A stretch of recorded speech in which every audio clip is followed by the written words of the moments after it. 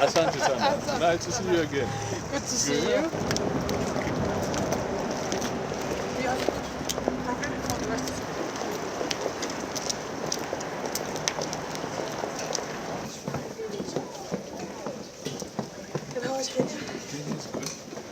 Some parts are Our new plans on our close cooperation in many different areas, and now we have the opportunity while you are here, going to other countries in Europe.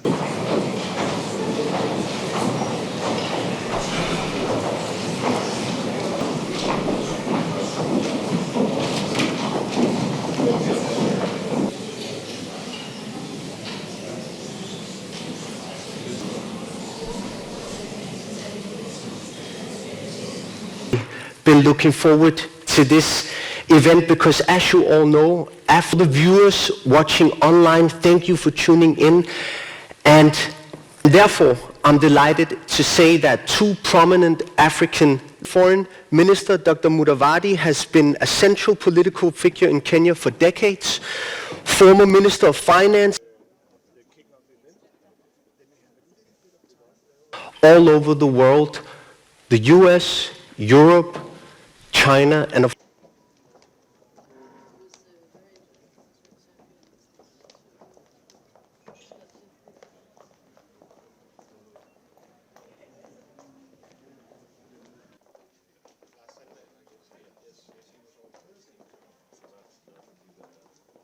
The truth is, yes, there has been a difference in engagement. Now, what is the nature of this engagement? What is the structure of this engagement? Becomes the very important issue that my colleague, the Minister for Foreign Affairs, is raising here. Because the question is this engagement having the necessary impact? Is it just growing in terms of numbers, but skewed towards one part of the globe, that is the Europe or Denmark for that matter? Or is it also having that impact that it should have on the African continent? For instance, Kenya has just finished the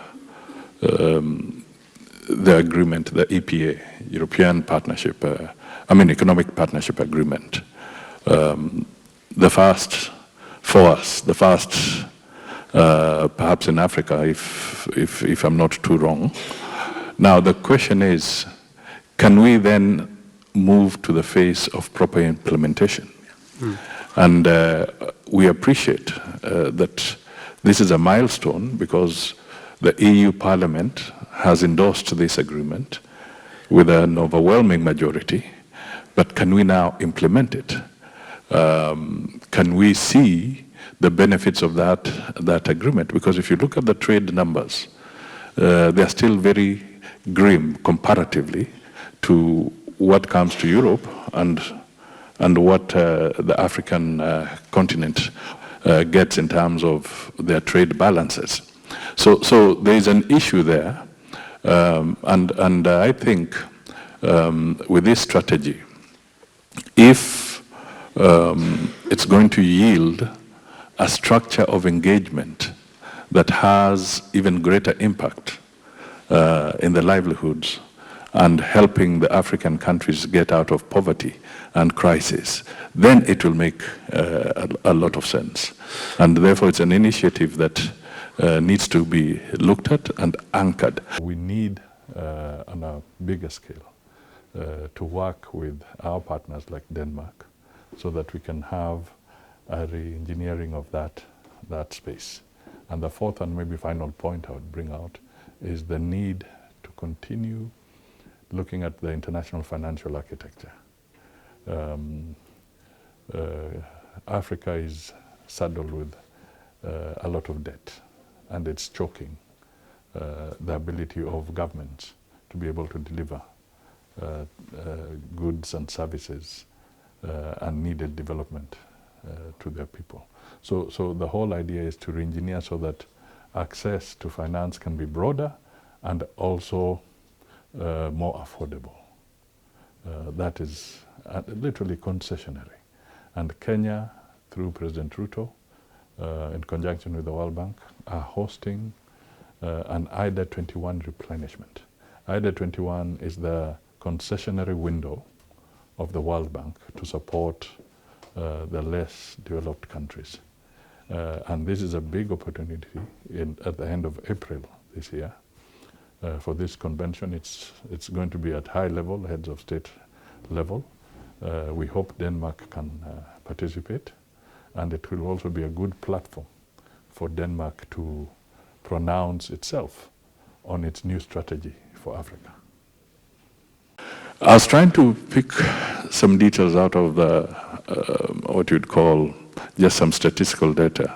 What, for instance, in the last few years, has the US Congress set aside to deal with issues of conflict and war, and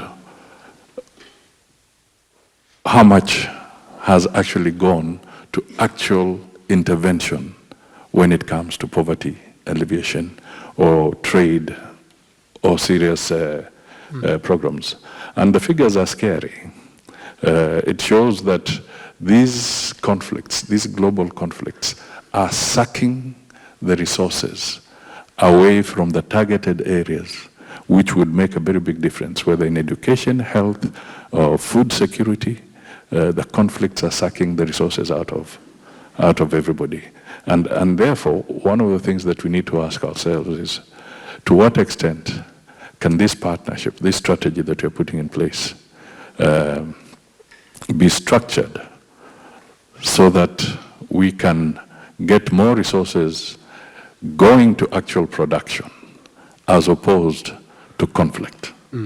Not to solve the Ukrainian war, but because it proves a point that we haven't engaged enough on an equal platform. And I think one important thing, even though it's pretty banal, is the fact that we shouldn't look at Africa as Africa.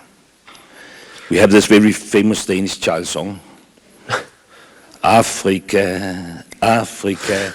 Yeah, and it goes like, Africa, the country all kids know. And you know, Africa is not a country. Africa is a continent which consists of 54 different countries.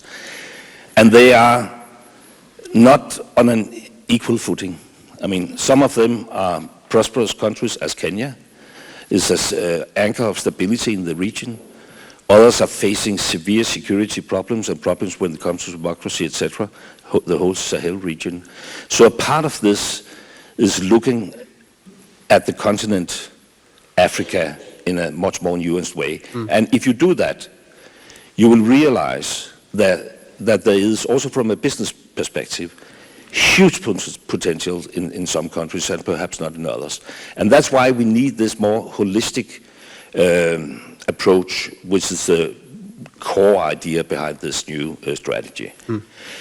Many other reasons as well. I will try to be brief, but look at the demographic. I mean, when 1/4 of the total population on this earth will be an African in 2050, and 1/3 of all youngsters. And we are talking about a continent close to our continent, like 14 kilometers, I mean. Then there's no doubt that we will be witnessing lots of Africans on our continent in like 20, 30, 40, 50 years from now. We just have to decide in what capacity do we want to welcome them? As partners, business partners, students, or as, for instance, climate refugees. So it is in the interest of humanity, but it's also in our own pure interest from a security point of view that we engage in Africa. Africa is just developing so quickly, and there is a huge, huge potential. 6 out of 10 of the world's fastest growing economies will be seen in Africa. The largest free trade bloc will also be in Africa. And as everyone knows, the continent has huge resources, natural resources, wind and sun as well, and very unique conditions for what we call green hydrogen, which is key if we need to reach global climate goals. This African potential, we can say the world and Africa itself needs this potential. We have lots of Danish companies who can help to realize this potential. And just very bluntly put, in Europe, we need a lot of the energy that Africa can produce so that we can become free of Russian energy. So we're in a place where we really, truly need each other. Africa and Europe are not just neighbors. They are very closely linked, actually interwoven with each other in many ways. And in many ways, it is our fates that are connected. So what one party does deeply affects the other. Almost a year and a half ago, we were sitting at Marienborg, the Prime Minister's residence, and we were formulating a new policy, and we chose with open eyes to give Africa a much greater place, larger than we normally do, and we have a clear ambition. So Denmark and Europe have to engage much more in Africa, but we need to do it in a new way. The foundation must be strong partnerships. The most important words are respect and equality.